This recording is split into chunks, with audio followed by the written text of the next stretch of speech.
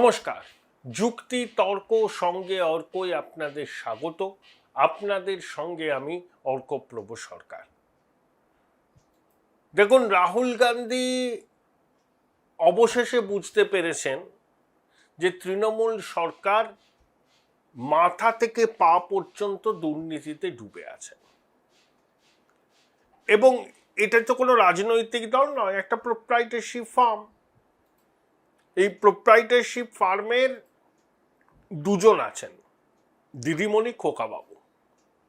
তাহলে একটা দল, একটা সরকার যদি মাথা থেকে পা পর্যন্ত দুর্নীতিতে নিমজ্জিত থাকে, তার দায় প্রোপ্রাইটারশিপ কোম্পানির মালিক পক্ষ এড়াতে পারেন না। রাহুল গান্ধী দেরিতে হলেও সত্যি কথাটা বুঝেছেন। দেখুন, স্বাধীনতা পরবর্তী পশ্চিমবঙ্গে অনেক মুখ্যমন্ত্রী হয়েছেন, সেই প্রফুল্ল ঘোষ থেকে শুরু করে বুদ্ধদেব ভট্টাচার্য, কিন্তু এরকম চুরি ডাকাতি যেটা 15 বছর ধরে সংগঠিত অপরাধের মতো পশ্চিমবঙ্গে হয়েছে, তার কোনো নজির নেই। তৃণমূল এই জন্যই ইতিহাসে জায়গা পাবে, পাদটিকায়, যে স্বাধীনতা উত্তর পশ্চিমবঙ্গে সব থেকে দুর্নীতিগ্রস্ত শাসন কোনটা, এক বাক্যে লোকে বলবে 2011 থেকে 2026। বাঙালির শিরদাঁড়া ভেঙে দিয়েছে, বাঙালিকে ভাতার উপর নির্ভর করিয়েছে, শিক্ষকদের চাকরি বেচেছে, পুরসভায় চাকরি বেচেছে, খুল্লা তোষণ করেছে, শিল্পকে তাড়িয়েছে, শিল্প আনতে পারেনি, পরিযায়ী শ্রমিকরা বাধ্য হয়ে ঘর ছেড়ে দুমুঠো ভাতের জন্য ভিন রাজ্যে আস্তানা গেড়েছে। এই হচ্ছে তৃণমূল সরকারের রিপোর্ট কার্ড। স্বাস্থ্য সাথী, ভারতবর্ষের অন্য কোনো রাজ্যে ওই কার্ড গ্রহণ করা হয় না, কোথাও হয় না। দিদি ভাতা দেবেন, ভাতা দিয়ে ভোট কিনবেন। আমি ভাতা দেওয়ার বিরুদ্ধে নই, কিন্তু যাদেরকে দেবেন তাদেরকে সঠিক পরিমাণে দেবেন, যাতে সেই ভাতার অঙ্কে তাদের কাজ হয়।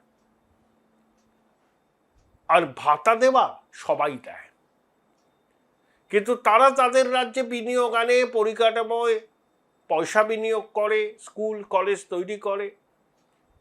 এখানে অনেকগুলো বিশ্ববিদ্যালয় আছে জানেন, দুদু তেপান্তরের মাঠে বিশ্ববিদ্যালয়, অস্থায়ী, সবাই অস্থায়ী। কোথাও ঘর ভাড়া নিয়ে বিশ্ববিদ্যালয় চলছে। দিদিমণি সংখ্যা ওড়ান, এতগুলো বিশ্ববিদ্যালয়, এতগুলো কলেজ করেছি। আসলে 15 বছর ধরে এই দলটা লুটে পুটে খেয়েছে বাংলাকে। রাহুল গান্ধী হয়তো আগেগুলো বুঝতেন না, আমি তাকে বলতাম Peter pan, who retains youthful nature throughout his life, যে কখনো বড় হয় না। যাক, 14ই এপ্রিল পশ্চিমবঙ্গে তিনটে নির্বাচনী সভায় এটা প্রমাণ হলো যে রাহুল গান্ধী শেষ পর্যন্ত সাবালক হয়েছেন। ঠিক জায়গায় তৃণমূলকে তিনি বিঁধেছেন। কংগ্রেসের মধ্যে কিছু তৃণমূলপন্থী লোকজন আছে, শুভঙ্কর সরকার 1 নম্বর, প্রদীপ ভট্টাচার্য, এরা চাইছিলেন যেন তেন প্রকারেণ তৃণমূলের সঙ্গে একটা জোট করে বিধানসভায় যেতে, কিন্তু সেগুড়ে বালি রাহুল গান্ধী রাজি হননি, এবং রাজি না হওয়াতে বাধ্য হয়ে কংগ্রেস কিন্তু একা লড়ছে। যদি রাহুল গান্ধী শুভঙ্কর সরকার প্রদীপ ভট্টাচার্যদের সিদ্ধান্ত গ্রহণের ভার দিত যে তোমরা যা করবে সেটাই আমি মেনে নেব, দেখতেন 20-25টা আসন কংগ্রেসকে দিয়ে দিতেন দিদিমণি, আর ষাটোর্ধ্ব শুভঙ্কর সরকার একবার বিধায়ক হয়ে এটা হয়তো প্রতিমন্ত্রী হওয়ার স্বপ্ন দেখতেন। সেটা হয়নি, কারণ রাহুল গান্ধী এইটুকু অন্তত বুঝতে পেরে গেছেন তৃণমূল আর বেশি দিন থাকবে না পশ্চিমবঙ্গে। এই দেয়াল লিখনটা স্পষ্ট। সরকার যদি তৈরিও করে টায়ে টুয়ে, সেই সরকারের স্থায়িত্ব হবে না। আর সরকার যদি করতে না পারে, 24 ঘন্টা লাগবে না তৃণমূল দলটা কয়েক খণ্ডে ভেঙে যেতে। তাহলে যারা বিজেপি বিরোধী রাজনীতি করবেন আগামী দিনে বাংলায়, তৃণমূলের মধ্যে তাদের স্বাভাবিক গন্তব্য কংগ্রেস। পশ্চিমবঙ্গে আগামী দিনে নির্বাচনী লড়াইটা হবে বিজেপির সঙ্গে কংগ্রেসের। বামেরাও একটু পরিসর পাবেন যদি এখান থেকে তৃণমূলের শাসনের অবসান ঘটে। যতদিন তৃণমূল থাকবে ক্ষমতায়, বামেরা কিন্তু সিপেবুল হয়েই থাকবেন। তৃণমূলের অভিন্ন হৃদয় বন্ধু, দালাল, যাদের একমাত্র কাজ তৃণমূল বিরোধী ভোটটাকে ভাগ করে দিয়ে বাংলার জনগণের সঙ্গে বিশ্বাসঘাতকতা করা। সেই কাজটা সচেতনভাবে করছেন সেলিম, সুজন, এরা করছেন। গলার শিরা ফুলিয়ে নানা কথা বলেন, আসল লক্ষ্য হচ্ছে তৃণমূল বিরোধী ভোট কেটে তৃণমূলের প্রার্থীকে জিতিয়ে দেয়। এবার সেগুড়েও বালি হবে না। মানুষ বোকা নয়। যারা তৃণমূল বিরোধী ভোটার তাদের 90 কেন 95% এবার বিজেপিকে ভোট দেবে। বামেরা মুসলিম ভোট যতটুকু আছে তাদের কিছুটা পাবে, হিন্দু ভোট পাবে না। মুসলমান ভোট তো কনসলিডেট হবে, কোথাও তৃণমূলের পিছনে হবে, কোথাও আইএসএফ এর পিছনে হবে, কোথাও কংগ্রেসের পিছনে হবে। একতরফা ভাবে তৃণমূলের পিছনে হবে না, যেটা 2021 সালে হয়েছিল। শীতলকুচিতে সিআরপিএফ এর গুলিতে 4 জন সংখ্যালঘু যুবকের মৃত্যুর পর সংখ্যালঘু মননে ভয় আতঙ্কের পরিবেশ তৈরি হয়েছিল এবং বিজেপি নেতারা যেভাবে আস্ফালন করছিলেন তাতে ক্ষতি হয়েছে বিজেপির। এবার সেটা হবে না। সংখ্যালঘু ভোটের সিংহভাগ বিজেপি বিরোধী রাজনৈতিক শক্তির পক্ষে দাঁড়াবে, তাদের ভোট দেবে। দক্ষিণ 24 পরগনায় অনেক আসনে সেটা তৃণমূলের পক্ষে, অনেকগুলি আসনে আইএসএফ এর পক্ষে। উত্তরবঙ্গে বহু জায়গায় কংগ্রেসের পক্ষে, মুর্শিদাবাদে কংগ্রেসের পক্ষে, দুটা জায়গায় বামেদের পক্ষে, আর কটা জায়গায় তৃণমূলের পক্ষে। তাহলে 100টার মধ্যে 91টা সংখ্যালঘু ভোট 2021-এ যে তৃণমূল পেয়েছিল, কোনো অঙ্কে সেটা পাবে না। সংখ্যালঘুরা বিজেপির বিরুদ্ধেই ভোট দেবেন সিংহভাগ, কিন্তু তাদের পছন্দ বিভিন্ন জায়গায় বিভিন্ন, কোথাও আইএসএফ, কোথাও কংগ্রেস, কোথাও তৃণমূল, 2-1টি জায়গায় বামেরা।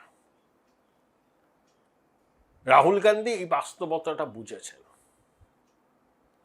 জয়রাম রমেশ, কেসি বেণুগোপাল 2024-এর লোকসভা নির্বাচনের আগে লাগাতার রাহুল গান্ধীকে বলে এসেছিলেন তৃণমূলের সঙ্গে জোট করতে।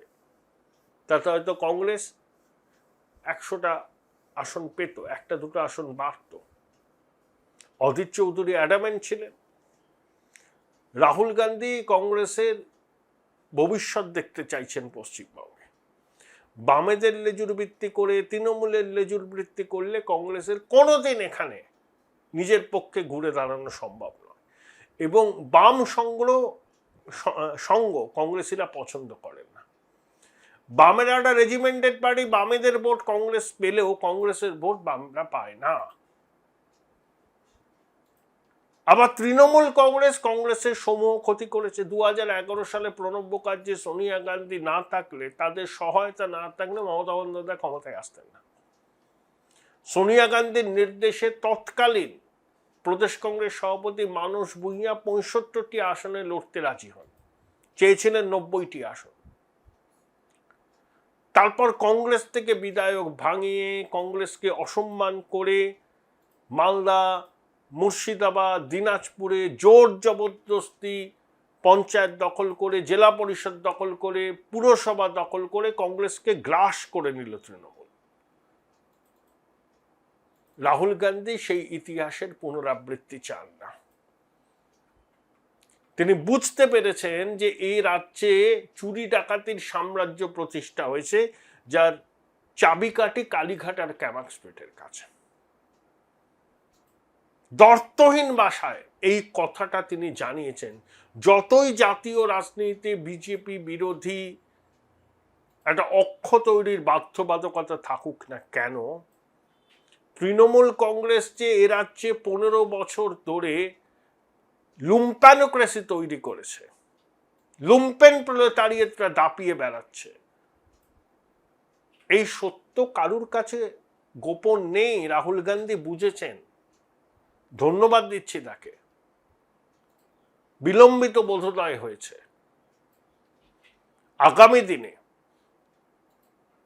কংগ্রেস এবারের নির্বাচনে শূন্যের গেরো কাটবে, কয়েকটা আসন তারা পাবে, এবং আগামী দিনে পশ্চিমবঙ্গে বিজেপির সঙ্গে রাজনৈতিক ময়দান ভাগ করে নেবে কংগ্রেস। লড়াইটা হবে দুটো জাতীয় দলের মধ্যে। আর তৃণমূল কংগ্রেস কত করে ভাঙবে সেটা সময় বলবে। কোনো রকমে ক্ষমতায় আসলেও তৃণমূল ভাঙবে, আর ক্ষমতা থেকে চলে গেলে 24 ঘন্টা লাগবে না তৃণমূল কংগ্রেসের ভাঙার জন্য। এই ধরনের দলের এই রকম পরিণতি হয়। আপনাদের স্বনির্বন্ধ অনুরোধ, চ্যানেল সাবস্ক্রাইব করবেন, থ্যাঙ্কস বাটনে ক্লিক করতে ভুলবেন না। বোলপুর শহরের কোলাহল থেকে মাত্র 20 মিনিট দূরেই রয়েছে সুন্দর রিসর্ট, যেখানে পেয়ে যাবে স্পেশিয়াস আর এস্থেটিক্যালি ডিজাইন রুম। তোমরা যারা গ্রুপে যাও তাদের জন্য আছে কমফোর্টেবল গ্রুপ স্টে অপশন, আর কাপলদের জন্য রয়েছে লাক্সারিয়াস সুইট রুম, তার উপর আবার ফ্ল্যাট 10% অফ। এখানে প্রকৃতির মাঝে তোমরা পেয়ে যাবে একটা সুন্দর সুইমিং পুল, ছোটদের জন্য প্লে এরিয়া আর একটা এস্থেটিক সেলফি কর্নার।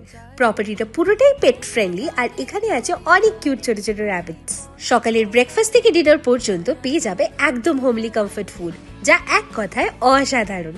বেঙ্গলি কুইজাইনের সাথে সাথে পেয়ে যাবে চাইনিজ আর নর্থ ইন্ডিয়ান অপশনও। বিকেলে বনফায়ারের আলো, বন্ধুদের সাথে আড্ডা আর খোলা আকাশের নিচে গ্রাম বাংলার হাওয়া, পুরোটাই এক অপরূপ অনুভব। তাহলে বলো তোমরা কবে প্ল্যান করছো এই পিসফুল এসকেপটা? And don't forget to follow miss cupcake for more such travel updates.